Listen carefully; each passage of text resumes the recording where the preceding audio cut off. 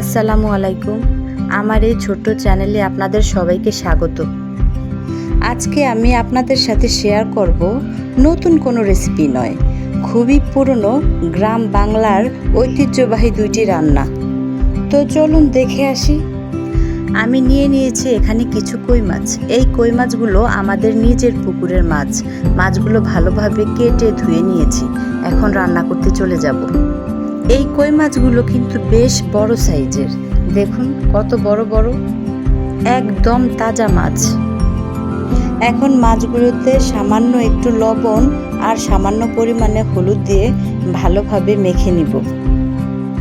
এখন মাছগুলো ভালোভাবে মেখে নিয়ে চুলায় একটা কড়াই বসিয়ে দিয়ে তাতে কিছু তেল গরম করে নিয়েছি।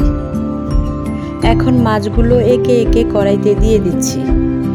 এখন আর এরকম তাজা তাজা কই মাছ নিজের পুকুর ছাড়া আর কোথাও পাওয়া যায় না। দেশি এই কই মাছগুলো যে কি অসাধারণ মজার হয়, আপনারা না খেলে বুঝতেই পারবেন না। এখন মাছগুলোর এক সাইড ভাজা হয়ে গেছে, অপর সাইড উল্টিয়ে পাল্টিয়ে চুলা থেকে নামিয়ে নিয়েছি। এখন বাকি মাছগুলো আবার কড়াইতে দিয়ে দিয়েছি ভাজার জন্য। এভাবে সবগুলো মাছ ভেজে নিয়েছি। এখন চুলায় একটা কড়াই বসিয়ে দিয়ে তাতে দিয়ে দিচ্ছি কিছু পরিমাণ রান্নার তেল। এখন তেলটা একটু গরম হয়ে আসলে দিয়ে দিব পেঁয়াজ রসুন বাটা। এখন পেঁয়াজ রসুন বাটা দিয়ে দেওয়া হয়ে গেলে দিয়ে দেব 1 চা চামচ পরিমাণ মরিচের গুঁড়ো। এরপর দিব 1 চা চামচ পরিমাণ হলুদের গুঁড়ো আর দিব পরিমাণ মতো লবণ।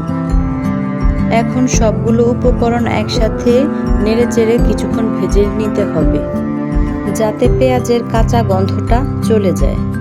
এখানে আমি মাছের সাথে দেওয়ার জন্য কিছু আলু টুকরো করে কেটে নিয়েছি। মশলাগুলো কষানো হয়ে গেলে আলুগুলো দিয়ে দেব।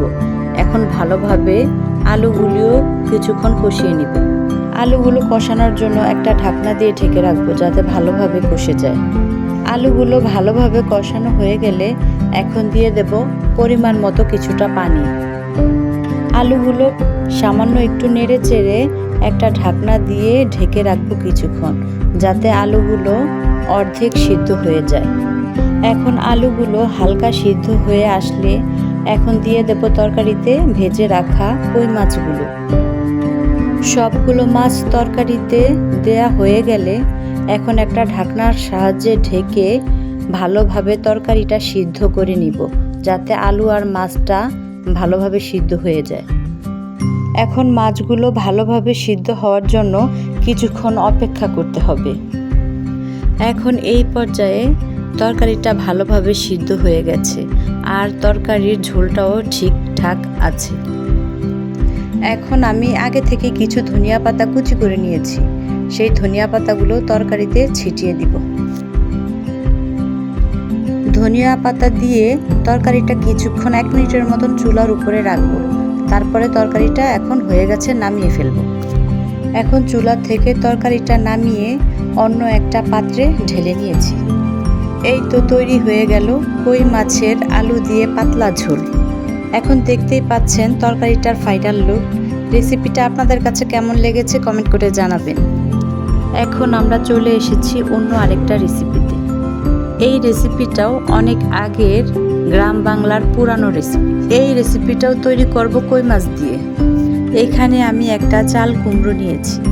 এটা এখন টুকরো করে কেটে নিব।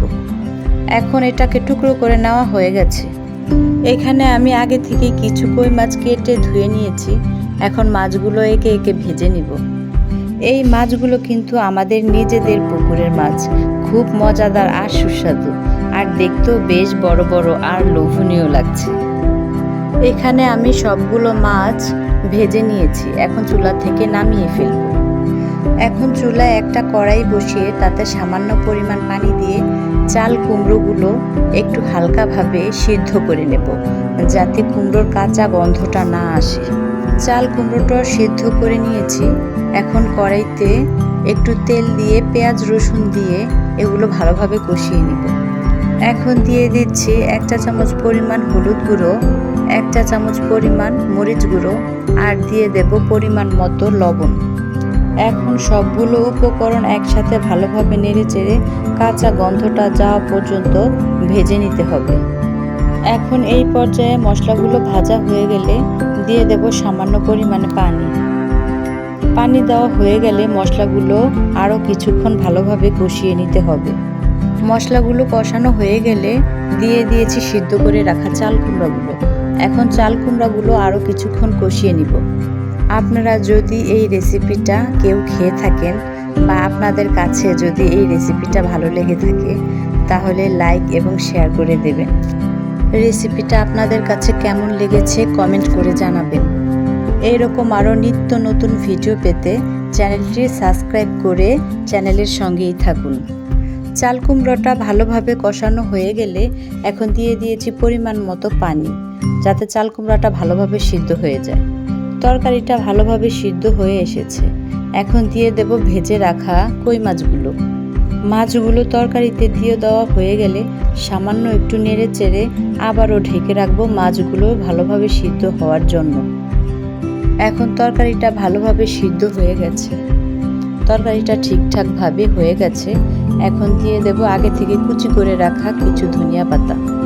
এখন গ্রামে যেহেতু হালকা হালকা শীত পড়েছে, আর শীতের দিনে তরকারিতে ধনিয়া পাতা দেব না, এটা কি হতে পারে? তরকারিতে ধনিয়া পাতা দিয়ে দেওয়া হয়ে গেলে সামান্য একটু নেড়ে চেড়ে কিছুক্ষণ রেখে তারপরে নামিয়ে পরিবেশন করব। এখন তরকারিটা রান্না হয়ে যাওয়ার পরে অন্য একটা পাত্রে ঢেলে নিয়েছি। এখন আপনারা দেখতেই পাচ্ছেন তরকারিটার ফাইনাল লুক। আজকের জন্য এ পর্যন্তই। আবারও ফিরে আসবো অন্য কোনো রেসিপির সাথে। ততক্ষণে আপনারা সুস্থ থাকুন, ভালো থাকুন।